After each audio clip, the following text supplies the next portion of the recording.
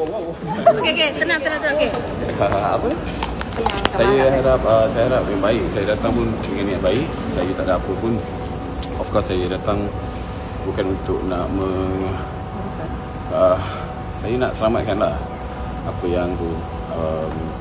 Memang tanggungjawab saya datang kat ni hari ni. Macam hari tu tak dapat datang sebab saya ada masalah sikit. Saya ada kerja, jadi hari ni saya datang untuk menjalankan tanggungjawab sebagai seorang suami, seorang ayah.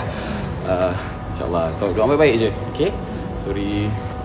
Kamal, ada komunikasi dengan Kasha? Ada komunikasi dengan Kasha tak sebelum datang ni? Kuat sikit, Mal.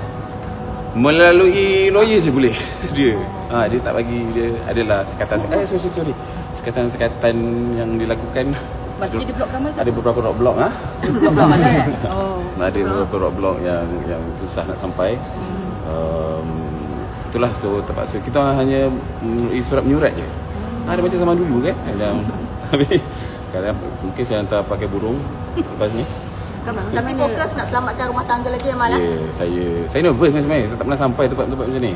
Jadi saya tengah nak overcome dia ni. Benda ni sangat tak best untuk saya. Saya tak happy pun untuk sampai sini sebenarnya. Just saya nak selamatkan lah. Hari ni Kamal datang dengan siapa ni, boleh share? Hari datang ditemani dengan siapa? Saya dengan lawyer saya je, dengan kawan saya yang tak payah bayar. Kamal sejak bila daripada lama dah, daripada 27 hari bulan September.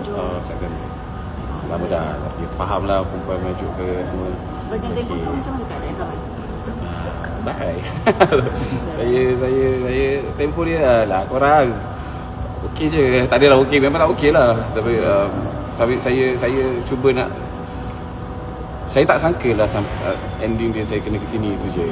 Saya sayang sebenarnya.